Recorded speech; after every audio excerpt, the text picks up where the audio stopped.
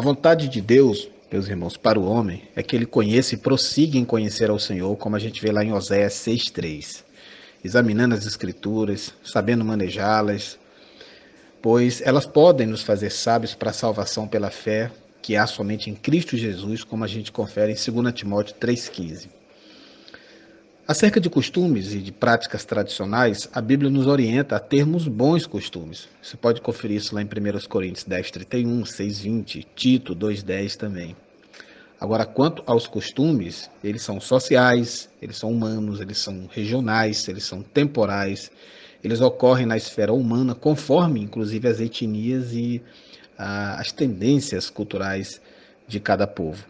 Hoje foi falado muito sabiamente a respeito disso, eu teria muito pouco a acrescentar acerca da questão dos usos e dos costumes da igreja. Mas lá adiante falaremos um pouco sobre isso. Muita gente me pergunta, pastor, você teria como, me esclarecer se eu de fato pertenço a uma igreja cristã? Veja bem, irmãos, os usos e costumes eles podem variar pelos mais diversos fatores culturais. Agora, eles não podem receber o status de doutrina e nem podem interferir nas doutrinas fundamentais do cristianismo. Então, para você saber se você está se congregando numa igreja de fato cristã, tendo a Bíblia como referencial, eu gostaria de apontar aqui quais são as doutrinas de fato que toda igreja cristã precisa necessariamente submeter-se. Primeiramente, a doutrina de que existe um Criador, existe um Deus. Existe um único Deus criador de todas as coisas, um ser imensamente superior ao ser humano, que ao mesmo tempo é constituído de três pessoas, Pai, Filho e Espírito Santo, igualmente eternos, igualmente perfeitos, iguais em glória, majestade e poder. Como existem muitas referências bíblicas que comprovam isso, como o próprio Gênesis capítulo 1, verso 1, Êxodo 20, de 1 a 3, Isaías 43, 10, João 17, 3, 1 Coríntios 8, de 5 a 6, Gálatas 4, 8 e 9, Mateus 28, 19, Lucas 3, de 21 a 22, etc. Deus sabe tudo, irmãos. Ele é onisciente, como está em 1 João 3,20. Ele é eterno, como está em Salmos 92. Ele é todo-poderoso, onipotente, como está em Salmos 115, verso 3. Deus está em todos os lugares ao mesmo tempo. Ele é onipresente, como está em Jeremias 23 e 24. Deus é Espírito, como está em João 4:24, Lucas 24:39. Deus é Pai e é o autor da redenção eterna, como está em Eclesiastes 11:5 e 1 João 5:11. A vontade de Deus, meus irmãos, para o homem é que ele conheça e prossiga em conhecer ao Senhor, como a gente vê lá em Oséias 6:3. Examinando as Escrituras, sabendo manejá-las, pois elas podem nos fazer sábios para a salvação pela fé, que há somente em Cristo Jesus, como a gente confere em 2 Timóteo 3,15. Acerca de costumes e de práticas tradicionais, a Bíblia nos orienta a termos bons costumes. Você pode conferir isso lá em 1 Coríntios 10:31, 6:20, Tito 2:10 também. Agora, quanto aos costumes, eles são sociais, eles são humanos, eles são regionais, eles são temporais, eles ocorrem na esfera humana, conforme, inclusive, as etnias e as tendências culturais de cada povo. Hoje foi falado muito sabiamente a respeito disso, eu teria muito pouco a acrescentar acerca da questão dos usos e dos costumes da igreja. Mas lá adiante falaremos um pouco sobre isso. Muita gente me pergunta, pastor, você teria como, me esclarecer se eu de fato pertenço a uma igreja cristã? Veja bem, irmãos, os usos e costumes eles podem variar pelos mais diversos fatores culturais. Agora, eles não podem receber o status de doutrina e nem podem interferir nas doutrinas fundamentais do cristianismo. Então, para você saber se você está se congregando numa igreja de fato cristã, tendo a Bíblia como referencial, eu gostaria de apontar aqui quais são as doutrinas de fato que toda igreja cristã precisa necessariamente submeter-se. Primeiramente, a doutrina de que existe um Criador, existe um Deus. Existe um único Deus criador de todas as coisas, um ser imensamente superior ao ser humano, que ao mesmo tempo é constituído de três pessoas, Pai, Filho e Espírito Santo, igualmente eternos, igualmente perfeitos, iguais em glória, majestade e poder. Como existem muitas referências bíblicas que comprovam isso, como o próprio Gênesis capítulo 1, verso 1, Êxodo 20, de 1 a 3, Isaías 43, 10, João 17, 3, 1 Coríntios 8, de 5 a 6, Gálatas 4, 8 e 9, Mateus 28, 19, Lucas 3, de 21 a 22, etc. Deus sabe tudo, irmãos. Ele é onisciente, como está em 1 João 3,20. Ele é eterno, como está em Salmos 92. Ele é todo-poderoso, onipotente, como está em Salmos 115, verso 3. Deus está em todos os lugares ao mesmo tempo. Ele é onipresente, como está em Jeremias 23 e 24. Deus é espírito, como está em João 4, 24, Lucas 24, 39. Deus é Pai e é o autor da redenção eterna, como está em Eclesiastes 11, 5 e 1 João 5, 11. Outra doutrina que caracteriza uma igreja verdadeiramente cristã é de que a Bíblia é divinamente inspirada. Os 66 livros da Bíblia, que compõem o Antigo e o Novo Testamento, irmãos, as Escrituras Sagradas, são divinamente inspirados e os seus manuscritos originais, eles não continham erros teológicos. Os homens que escreveram os livros bíblicos foram inspirados por Deus de diversas maneiras. Uns ouviram a voz de Deus que os mandou escrever exatamente os que escreveram, outros escreveram sobre suas experiências com Deus e os ensinamentos que aprenderam delas. Outros, como por exemplo Lucas, foram inspirados a realizar uma minuciosa pesquisa histórica e relatar sistematicamente o que levantaram. Outros, como Mateus e João, registraram de memória mesmo, de cabeça, aquilo que viram e que ouviram Jesus fazer e Jesus falar. Alguns, como Paulo, escreveram cartas, originalmente com o propósito de orientar os primeiros cristãos na fé. Em todos os livros, com exceção dos textos ditados diretamente por Deus, como os 10 Mandamentos, a inspiração divina não anulou a individualidade dos escritores. Portanto, a mensagem bíblica ela deve ser interpretada considerando o contexto histórico e cultural do escritor original e em como os receptores do livro compreenderam aquela mensagem.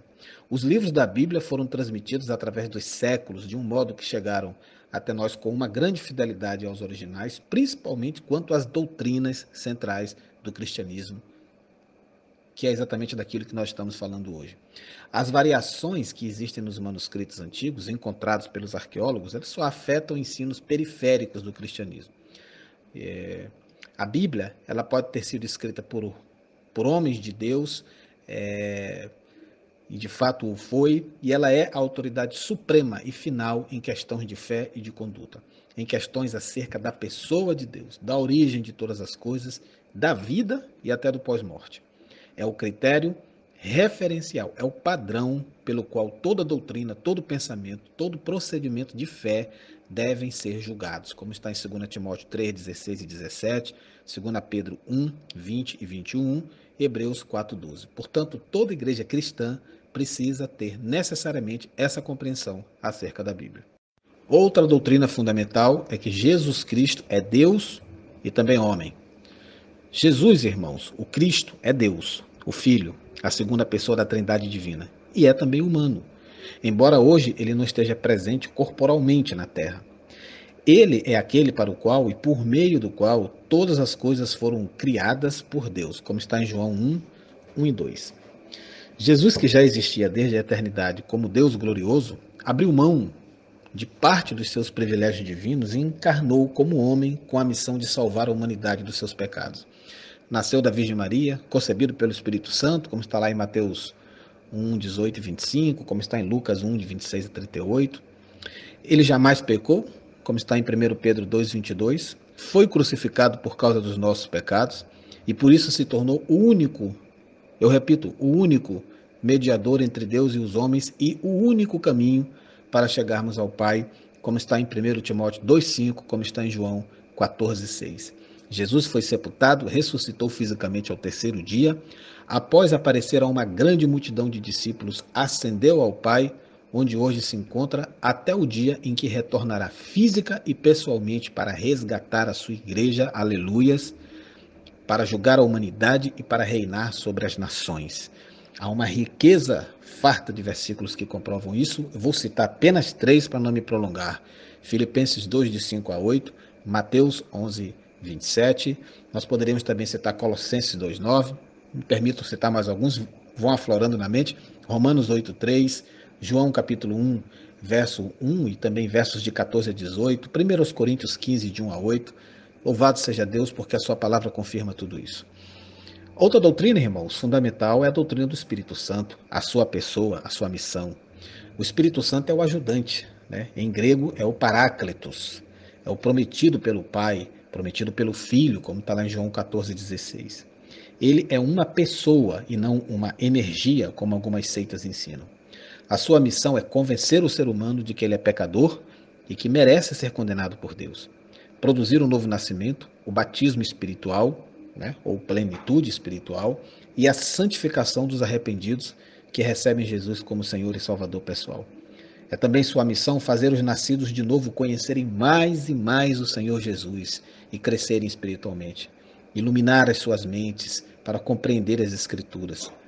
Exatamente o que acontece aqui no grupo, todo esse banquete espiritual que nós temos aqui, esse desenvolvimento, esse crescimento, é obra do Espírito Santo, evidentemente, em nossas vidas. Nós, enquanto figuras humanas, não temos capacidade, sabedoria e mérito nenhum naquilo que nós conseguimos aqui externar. Isso é obra do Espírito de Deus.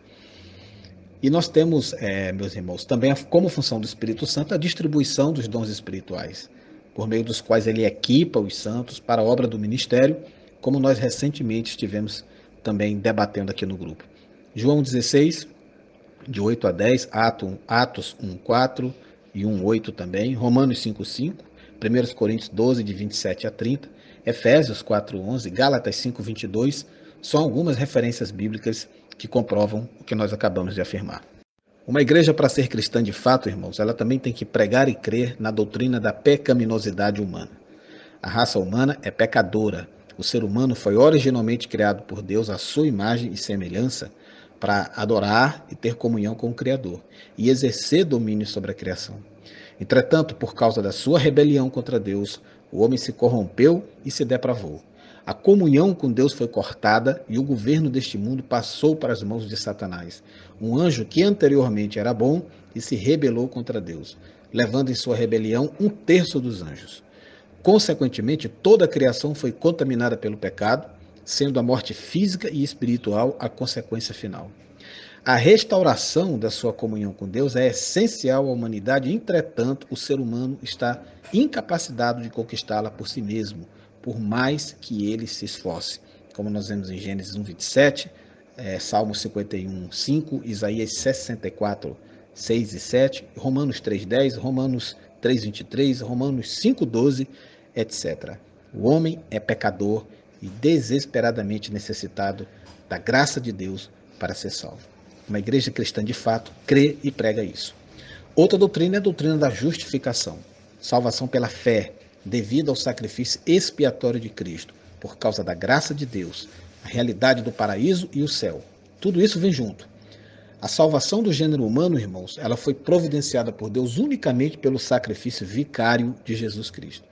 Essa é uma obra exclusiva da graça de Deus e, portanto, o que cabe ao homem é reconhecer-se pecador e incapacitado de agradar a Deus por si mesmo, arrepender-se de seus pecados, ter fé na suficiência do sangue de Jesus para a expiação dos seus pecados e para o dom da vida eterna em Cristo. A salvação ou justificação é um dom gratuito dado por Deus e não depende de obras e nem da obediência a nenhuma lei. O paraíso, ou o céu, como queiram, é um lugar real, espiritual, para onde vão os que receberam a Jesus Cristo, para gozar a eternidade com Ele. Isaías 53:5, Lucas 23:39, João 3:16, Romanos 3:28, Efésios 2:8-9, Tito 3:5, 1 Pedro 2:24, 1 João 5:19, são algumas referências bíblicas que provam isso. Outra doutrina que não pode, de forma alguma, estar fora do compêndio de toda e qualquer igreja é a realidade do inferno. Todo aquele que rejeita Jesus Cristo e a sua salvação gratuita já está condenado a ir para o inferno no final dos tempos. O inferno é um lugar espiritual terrível, de tormentos eternos, e os não salvos, aqueles que rejeitaram a salvação de Deus, ficarão lá eternamente. Base bíblica, João 3, 17 a 18, Mateus 25, 41, Apocalipse 19, 20, Apocalipse 20, versos de 11 até o 15, Apocalipse 21, 8 também. Igreja que não prega sobre o inferno não é igreja cristã. O batismo em água também é uma doutrina fundamental que caracteriza qualquer verdadeira igreja cristã. O batismo em água, irmãos, dos novos convertidos, ele deve ser realizado pelos cristãos para cumprir um mandamento do Senhor. Ele não é requisito para a salvação, como nós também já discutimos e analisamos aqui no grupo, mas ele é uma expressão visível da fé e ele é um marco tangível da ruptura entre a nossa vida passada e a nossa nova vida em Cristo. Ele é um testemunho da nossa morte, sepultamento e ressurreição espirituais em Cristo. E não deixa de ser um ato profético da nossa ressurreição física, quando da volta física do Senhor Jesus também. Ele é ministrado aos novos convertidos em obediência ao mandamento do Senhor, conforme Mateus 28, 19 e 20, e conforme também Atos 2, 38. Outra doutrina é de que a igreja, como o corpo de Cristo, habita aqui na terra.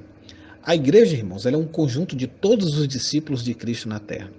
Jesus Cristo habita espiritualmente no corpo de cada um dos seus discípulos. Portanto, a igreja é o corpo visível de nosso Senhor Jesus Cristo nesse mundo, enquanto ele não retorna em carne e osso. Ela é a principal agência por meio da qual o Senhor se revela a si mesmo e revela também o seu reino ao mundo. A igreja não é uma instituição religiosa ou humana e nem é um edifício ou casa físicos, que isso fique bem claro, porque o Senhor Jesus nunca fundou nenhuma organização religiosa e ele também não habita em edifícios feitos pela mão do homem, como está em Atos 7:48. Jesus deixou apenas o seu nome para aqueles que nele crerem. Ninguém se torna parte desta igreja por ministração de sacramento, mas por arrependimento e fé no nome do Senhor Jesus Cristo. Além de ser o corpo de Jesus, a igreja é a família de Deus.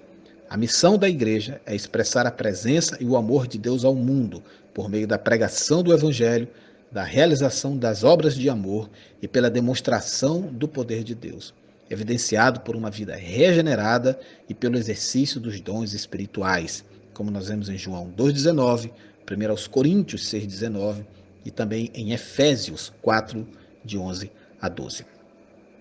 Outra doutrina, irmãos, que é fundamental para qualquer igreja cristã é a ceia do Senhor.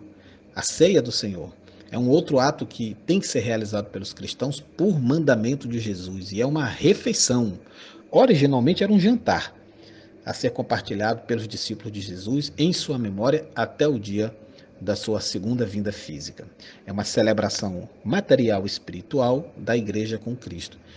É também um ato muito profético do retorno do Senhor Jesus, que é compartilhado pelos filhos de Deus, os quais frequentemente devem participar da ceia.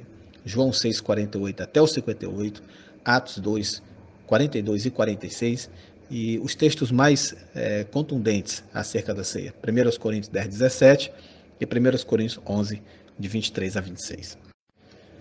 E eu finalizaria essa lista das doutrinas que toda verdadeira igreja cristã tem que sustentar e pregar, é a doutrina do retorno do Rei dos Reis e dos últimos dias.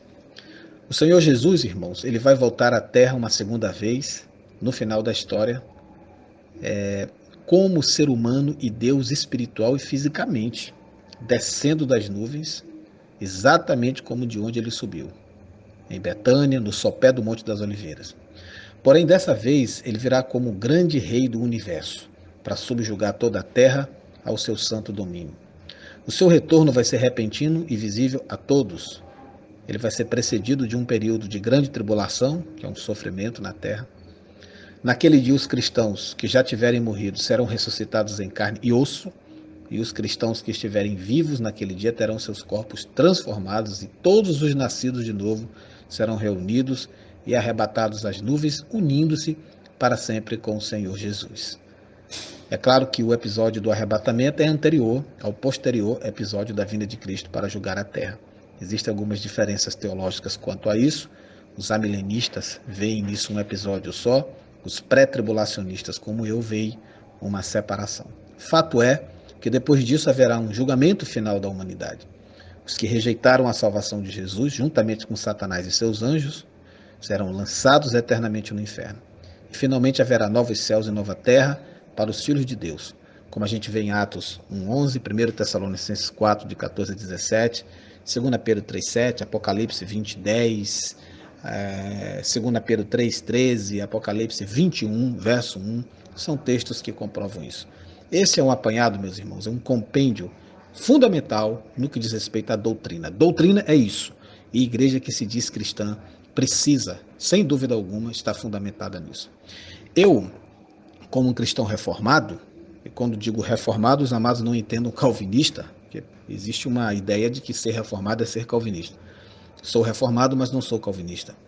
Como reformado, já que a gente aqui aborda aspectos doutrinários, eu sintetizaria as doutrinas que precisam fazer parte de toda a igreja cristã com os princípios fundamentais da reforma protestante, que são conhecidos como os 5 solas. Sola fide, somente a fé; sola scriptura, somente a escritura; solos Christus, somente Cristo; sola gratia, somente a graça; e sola deo gloria, glória somente a Deus. Esses 5 elementos, os 5 solas, precisam estar presentes no compêndio doutrinário de toda a igreja cristã. E essas características doutrinárias, irmãos, é que são o grande confronto, é que são o espelho demonstrativo daquilo que se diz igreja cristã e que não é, onde predominam as mais terríveis heresias dos nossos tempos. E eu posso citar aqui: Evangelho da prosperidade, triunfalismo cristão, o menosprezo dos frutos do Espírito a favor dos dons e talentos, o secularismo gospel, as bênçãos materiais e temporais acima das bênçãos espirituais e eternas, e o feminismo pastoral. Esses são traços característicos de uma heresia profunda que tem dominado a igreja dos últimos tempos, em confronto a tudo aquilo que nós falamos há pouco como traço doutrinário comprobatório do que seja uma igreja cristã. Eu quero já adiantar aqui aos irmãos que esses itens das principais heresias que confrontam com a verdadeira doutrina bíblica serão um a um estudados aqui no grupo Teólogos da Verdade mais adiante. Para finalizar este apanhado, meus irmãos, eu gostaria de deixar um recado muito sincero para aqueles que abraçam com muito apego os usos e costumes de suas igrejas. Eu quero dizer aos irmãos que os bons hábitos são corretos, porque eles apontam para um bom testemunho.